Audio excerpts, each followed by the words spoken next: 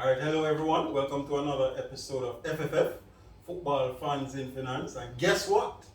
You've all been asking for it. You asked, we listened. We brought back ASIF Campbell here today. Serial Arsenal fan. A real Arsenal fan. Right? Real Arsenal fan here to discuss pertinent topics that everybody wants to hear. Both Arsenal fans and non-Arsenal fans. So welcome back to the program, Asif. We missed you. Thank you. Sometimes Danny was here, roundabout. We're glad to have you back, right? Thank you very much. Alright, so today we're going to start out with the FA Cup finals, some good news, well, at least not for Chelsea fans, but for the rest of the world, some good news. It was a tough match. Some people would have called it somewhat justice at side. That was in the Super League, beaten by a non-Super League side. Interesting, what happened on that day. But, one love to the Leicester City, right? Kevin, tell us your account for that day. Alright, so I have to reevaluate my life, right? And a couple weeks ago I said we're in a very good spot and this can be a brilliant season. And I also said on the flip side it could be a disaster. Right? The match knocked the win out of me, right? We never get involved emotionally, but I start watching match right here and the VAR call knocked the win out of me. After the match done, we just go all asleep, right? I'm gonna say.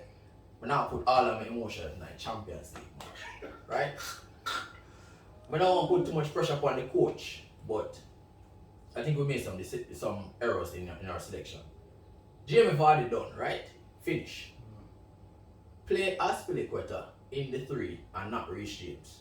Now by playing Reece James as a part of the 3, and when you have your 2 wing backs is Aspilicueta and Marcus Alonso, you have no speed on the wing. So what that does, Leicester playing with a double pivot, Tielemans and Ndidi.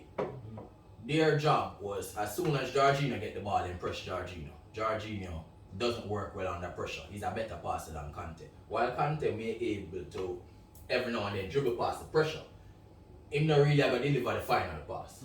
So that stopped our attack from the middle and we didn't have any pressure on the wing. So I think we got it wrong there. I think we got it wrong by starting Timo Werner in the match also.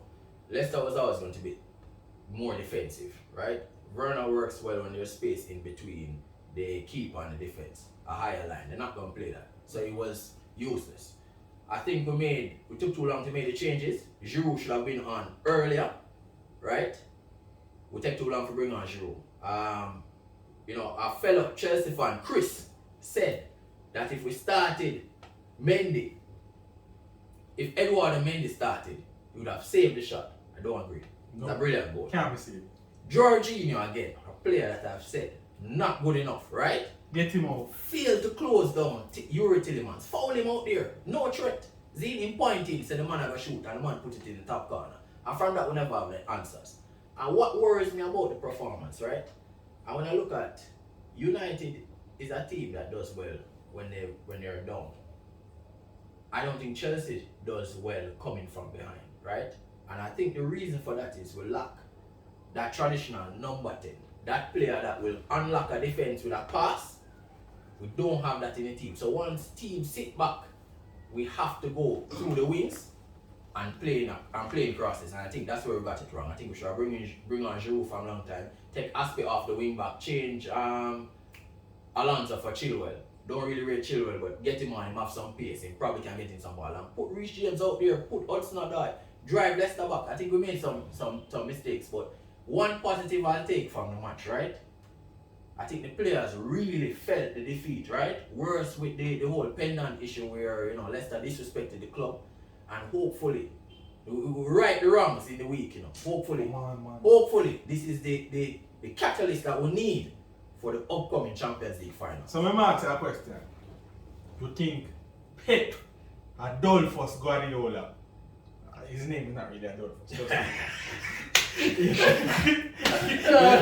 he's going to lose to Thomas Tuchel for a third time? So I think both managers, if you look at the last couple of matches, right? We defeated Man City in the FA Cup match 1-0. I think both sides made a lot of changes. Man City more changes than Chelsea. And I think we managed the game well. And I think Man City is not a bad side for Chelsea to play because they're not a side that is not going to defend deep and they're not going to attack you. And I guess Werner gets more space. But what I note about the matchup in the league where we won 2-1, fortunate victory, Pep distinguishedly, or he decided not to play the formation that he's going to play in the Champions League finals, right? Because he more kind of confused Tuchel and not give him a good look at that back four. So he decided to play a back three. So I think Tuchel's decision to rest a lot of players against Arsenal because he's thinking, look, I'm going to win let me win the FA Cup. Let's rest players and win the FA Cup. And then we qualify for Champions League and then we go for the finals. So far that never worked, right? Because we lost to Arsenal and then we lost the FA Cup finals. So the decision that will, whether it works or not is if we win the Champions League, and that will tell whether or not the resting of Arsenal, losing the FA Cup, it was all worth it. Because in the end, as I told Lane in our conversation, if I lose every match between now and the end of the season, I'll win one, which is the Champions League, I'm fine. Yeah. Alright, thanks for that, Kevin. Because I don't want to dive too much into the Champions League because we'll have a separate discussion for that. But there's a few things that, I kind of want to point out. So, as I said, Olivier Giroud, who was pretty much one of your better strikers, real number 9, as some people would say. When Frank Lampard was there, he was the striker carrying the team on his back, right? Got 8 minutes in an FA Cup final. Joke. 4-time FA Cup winner. Another thing that I noticed is that since no changes were made with before the Yuri Tielemans goal. And the first two changes were Ben Chilwell and Christian Pulisic. Ben Chilwell is somebody, not your favorite player, but you saw the deficiencies with Alonso being slow on the left back. Do you think that change came a bit too late in that match and you were soaking up too much pressure having Ben Chilwell there? And, do you think if Olivier Giroud got the same amount of time as, let's say, Christian Pulisic, that the result would have been different? Definitely.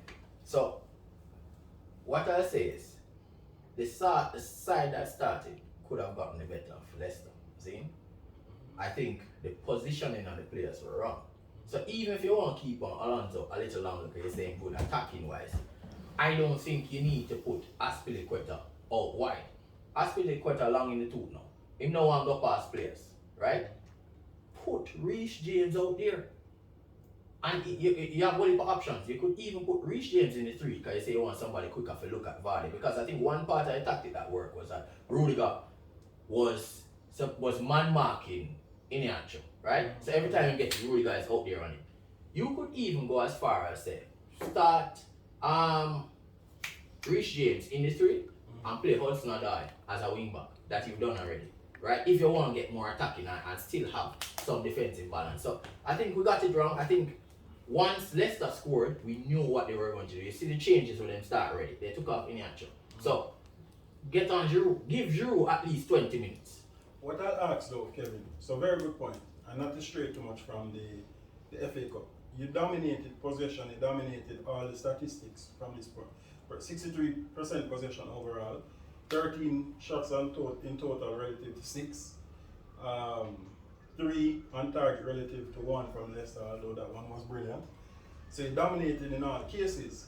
When we look at the team that played in the league that actually won the match, I noticed that Reece James was still that third centre back with Aspilicueta still at right wing back, but he got the result. Yes. Do you think that it was just some minor changes where Ben Chilwell would have come in instead, and some changes at the top of the pitch?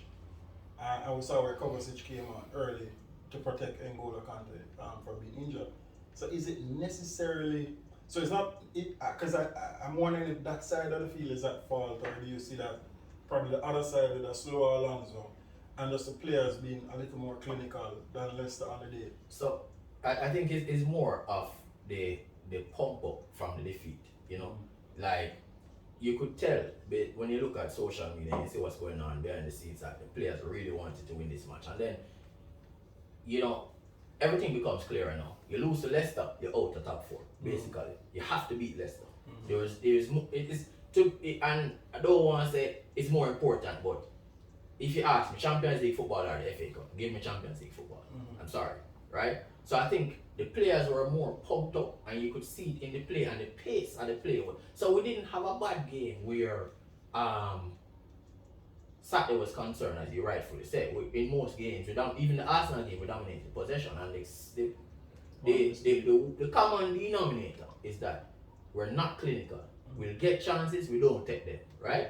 And it's a problem. That's going to be a problem against City. But I think, and I know I made that observation also, that Reece James played in that role again. And I'm wondering if he's testing Reece James there for the Champions League finals. That's what I'm wondering. I think when I see him tinkering, I see both coaches tinkering, and I think he might have an eye on the Champions League final. They won't play Reece James. Don't want to go too much in there, because you know we have our segment. But I want to hear from ASIF now. Definitely. The real Arsenal fan, when you saw that result, that 1-0 to the Leicester City, right? You know, I saw you write on the status immediately. I won't get into it, but tell us how you feel. You know, to be fair, right? I don't know anybody who supports Leicester City, and I was so passionate. I was so happy for them. I was so happy for Leicester City.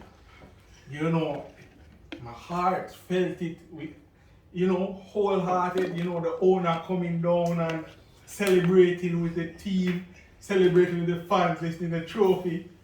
It made my heart feel very warm. Right. And I was really happy for them, you know. So, Leicester City did it. Yeah. Leicester City started the saving of the world. Leicester saved the world, basically. Yeah. And now, you know, I wait. Alright, yeah, wait. Okay, and we're going to leave it there, ladies and gentlemen, ASIF awaits, right? So, as usual, please like, share, subscribe, leave your comments, you know, hit that notification bell. How do you feel about Chelsea losing the FA Cup finals? What do you think? Do you think that offside call leave you with sleepless nights, you know? Did it unsettle you, right?